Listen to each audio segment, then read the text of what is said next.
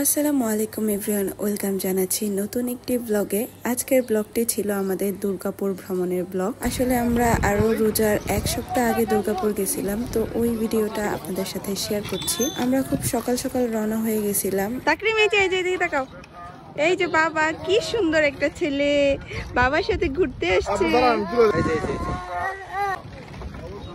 টুকু টুকু টুকু মা, টাটা দাও। কত সুন্দর জায়গায় এসেছি। এখানে মা আরো আগে আসছে। সকাল সকাল বের হওয়াতে অনেক তাড়াতাড়ি পৌঁছে গেছিলাম। আমরা এখন নদী পার হচ্ছি, আর এই নদীটা পার হয়ে ওই পার যেতে হয় যেখানে চীনামাটির পাহাড় দেখতে যাব।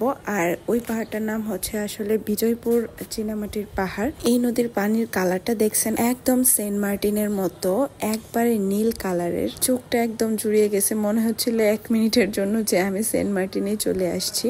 আর এই নৌকাটা দেখে তো আমার মনটাই জুড়িয়ে গেছে, কি সুন্দর। নদী পার হয়ে আমরা অটোতে উঠছিলাম। তো আমাদের গাড়ি যেটা এনেছি ওইটা জয়পুর পাহাড় পর্যন্ত গেলেও আমরা যে কমলা বাগান দেখতে গেছি ওইখানে আসলে গাড়িটা যেতে দেয় নাই সেনাবাহিনীরা।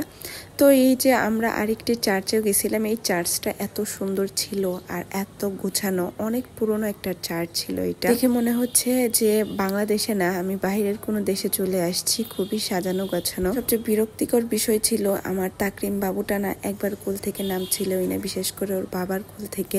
কোথাও গেলে তাকরিম এরকমই করে। আর আমার সেই সেন্ট মার্টিনের কথা মনে হয়ে যাচ্ছিল যে সেন্ট মার্টিন গিয়েও তাকরিম ওর বাবার কোল থেকে একদমই নামছিল না, আর আমাদের তো একদম ঘুরতেই দেয় না। এই যে এই চার্চটার নাম হচ্ছে সাধু জোসেফের ধর্মপল্লী রানীখং, যা প্রায় 100 বছরের বেশি পুরনো একটা চার্চ। 1912 সালে স্থাপিত। খুবই পরিচ্ছন্ন, একবারে শান্তিপূর্ণ একটা চার্চ। আমার ভালোই লাগছে আসলে, এরকম পিসফুল জায়গা আমার খুব পছন্দ। তারপরে এই যে তাকরিম তার বাবার কোলে উঠেই সবকিছু টুকুর করে দেখছিল। আমরা সবাই চার্চের সামনে একটু দেখলাম যে আসলে এটা কেমন দেখ। এখন নামতে মন চেয়েছে। এই দুষ্টু, কোথায় আসছো? সেন্ট মার্টিনকে তুলতে দিছে না, তোমার এনে তুলতে দিব? থাক, তুমি খুশি থাকো, তবু হাঁটো, তাও ভালো আছে। ডিস্টার্ব করো না, হ্যাঁ বাবু। কত সুন্দর বাবু। তারপর আমরা যখন ব্যাক করছি তো আমার একটা জিনিস চোখে পড়লো। এই যে দেখেন, পাহাড়ি নদীর পাশে কি সুন্দর একটা প্রাইমারি স্কুল। যদিও স্কুলটা বন্ধ হয়ে গেছিল রোজার জন্য। রোজার কিছুদিন আগেই গেছিলাম, মূলত 4-5 দিন আগে, কিন্তু স্কুলটা আগে বন্ধ হয়ে গেছিল।